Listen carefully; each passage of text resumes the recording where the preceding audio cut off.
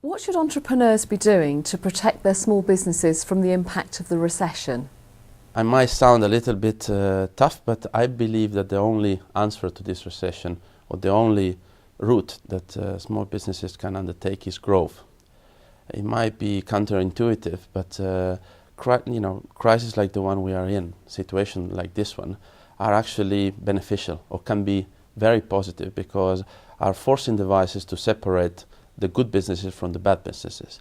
Crises are exceptional moment where businesses that have done malinvestment or not good investment will be dismissed, and the good one, which in good times were confused with all the rest, will emerge. If we think of a business on how to increase their sales or how to increase their margins, they can start to think the very first question is, am I selling all my products to all my existing customers? So your customer, they already trust you because they already bought something. You have a number of products, so you don't have to invest in any new product. But in many cases, many companies I come across, a smaller one or bigger one, but especially smaller one, they tend to sell one product to a customer, maybe two, but if you look at their portfolio, there are maybe 5 or 6, or maybe 20 or 30. And the second question is, how big is the share of wallet, i.e., how big is the market share in my existing customer? Again, same customers, I may only sell 30% of what they require of a particular product. And therefore, the subsequent questions are, how can I increase that share of wallet? The second one is, of course, once you used all the potential of your existing customer, is to try to look for new customers. So new customers, of course, you can try to steal them from your competition, and that seems, pretty hard normally because you probably have tried for long. But a more alternative way is to say, well, I've got a product. How could I sell this product in a different sector? How could I see?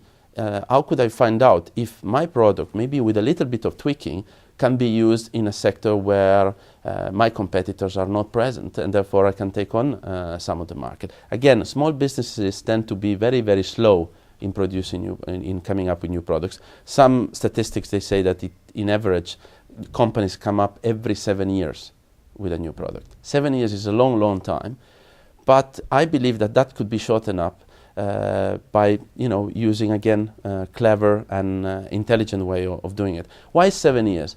Well, because it costs money to create a product, and there is a risk that somebody is not going to buy it. Well, how can you reduce that risk? Well, by listening to your customers. If you listen to your customer, he might be telling you about the next product, and he's already the first buyer.